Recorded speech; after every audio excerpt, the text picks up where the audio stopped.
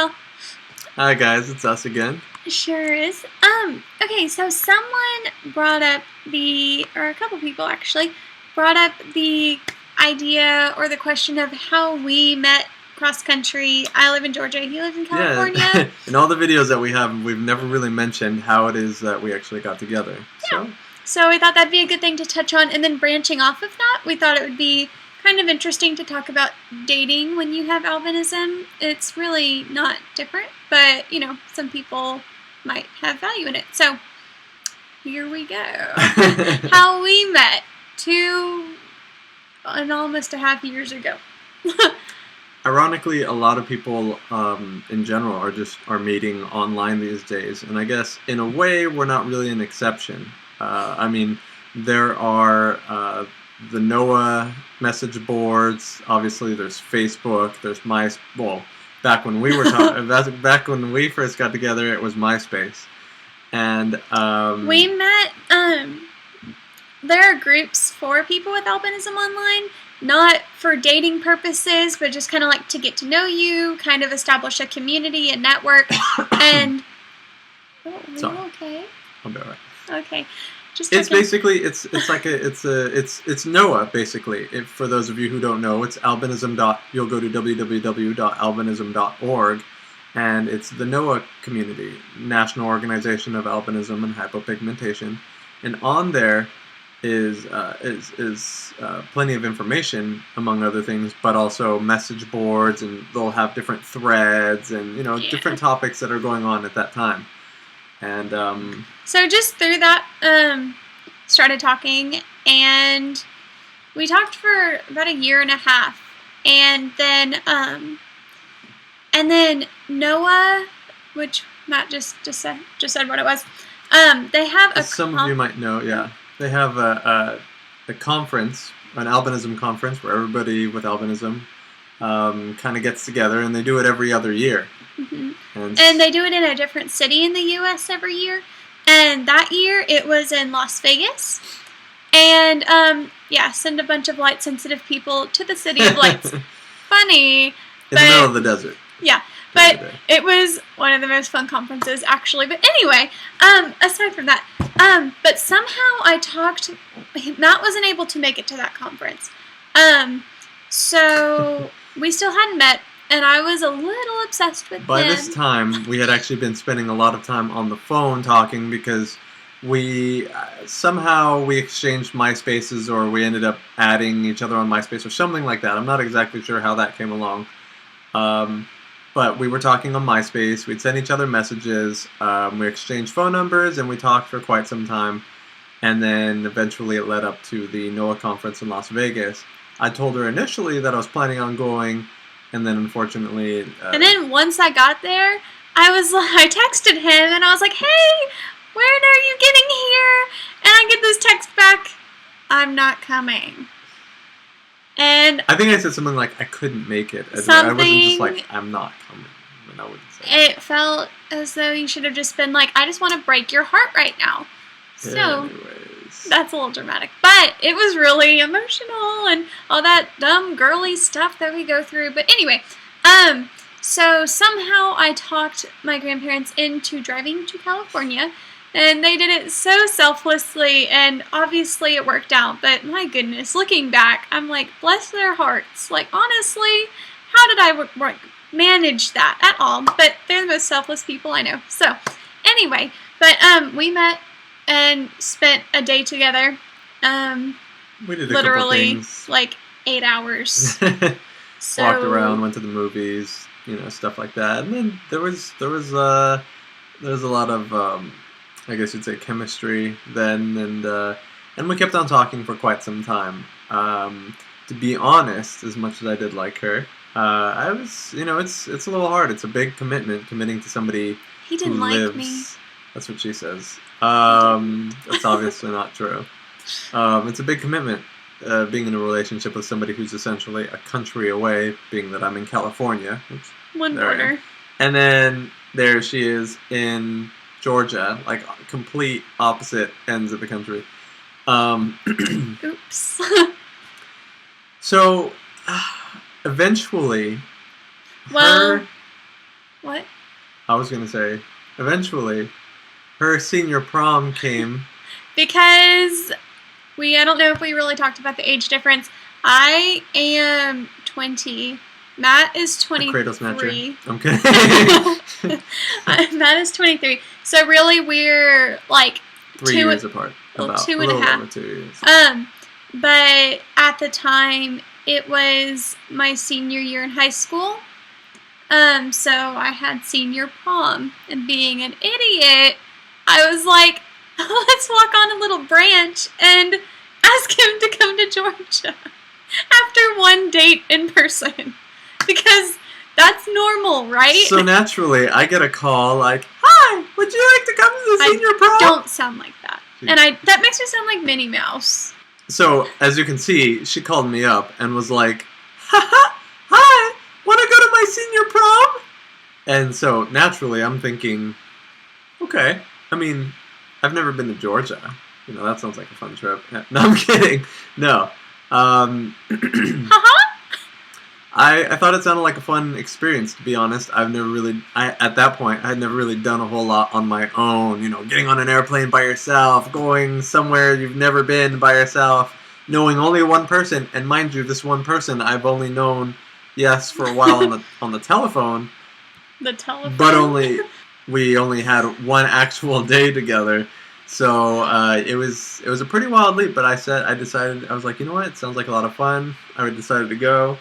And we had a lot of fun, and I still remember the moment that I don't know, things kind of clicked, and I felt like I had to. Let's have a collective aww from wherever you are. Or we could just not and say we did.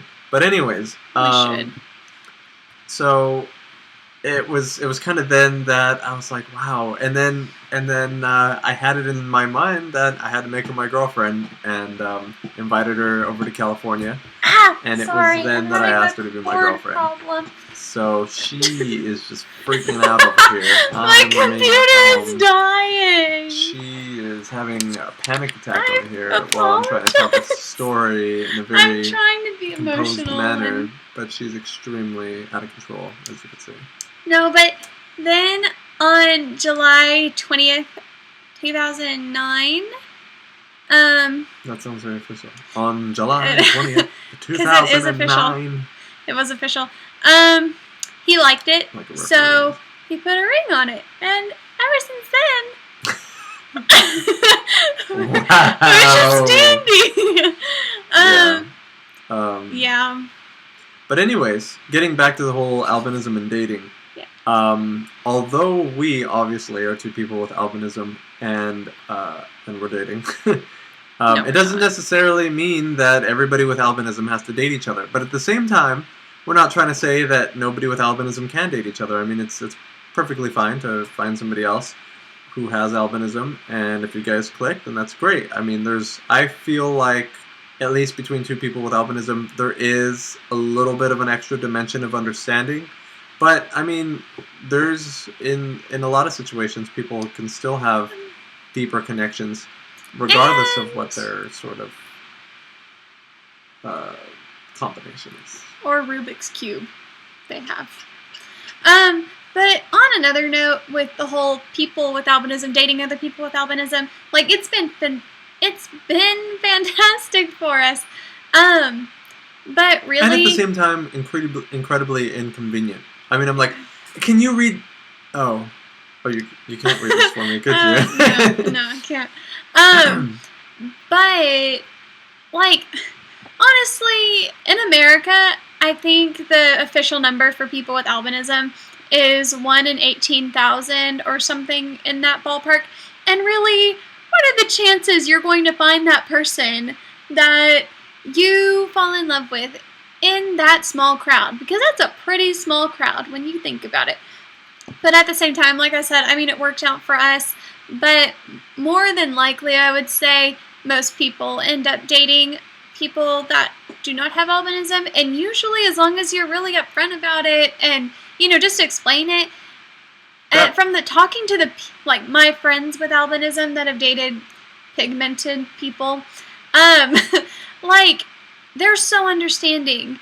And quick side note, just because she says, what are the chances of finding that in our small little pool of people, she's not trying to say that it's not possible, no. obviously.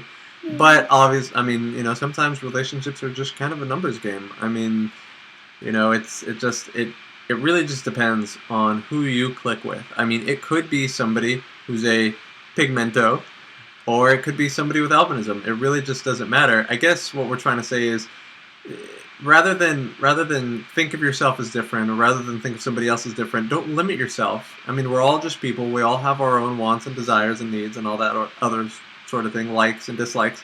So just kind of see what works for you in terms of who it is that you're looking to date. Exactly. Like Matt's saying, like, don't limit yourself to one or the other, because really, just put yourself out there and like anybody else, because we date like everyone else does, and it's no different. It's just not, because like Matt was saying again, we're just people. Like, all of us are just people, so we just are a little paler. No big deal, right? But so yeah, I hope that ties up some loose ends on how we met and how we view dating from the perspective of having albinism. And I think for people who have children with albinism and things like that, once again, I think the NOAA conventions are a great tool, because if you have a child with albinism, or if you are somebody with albinism, and you are sometimes, and I've seen this with certain, or I've heard about this with certain people with albinism and stuff like that. As far as social skills, sometimes, I mean, and this is with any person, not just albinism, but a lot of times, you know, if you feel different, you may end up segregating yourself slightly and socially. But, you know, I think the conventions are a great way for somebody who's really shy, because Ashley, believe it or not, this extremely talkative person I used was to be so really shy. But going to the I wouldn't talk to anybody. Going to the NOAA conferences, it really opens you up, because you're speaking with a lot of people who have shared the exact same experiences that you have, and it creates for a less tense, a conversational environment with less tension, and it encourages open expression, open communication, and, you know, helps bring down barriers as far as being shy. Which are all key things for a relationship too. Exactly. So looky there. But yeah, I would suggest NOAA to anybody, any age, because even if your child is too young to really reap the benefits, you as a parent or someone that knows someone with albinism, oh my goodness, like, I mean, the parents are really the only ones that learn anything anyways, I would say, because all of the people with albinism are too busy, like, yapping with each other and socializing and just doing strange things. But yeah, so the parents are the ones that go to all the sessions and all the informational things. And I mean, people with albinism do too. I'm not saying that we just totally forget about it. But people without albinism learn so much. So I would recommend it to anybody. But yeah, so I think that'll sum up this segment. And if y'all have any further questions, please let us know. Thanks, Until next time, we'll see you guys later. Toodles. Bye.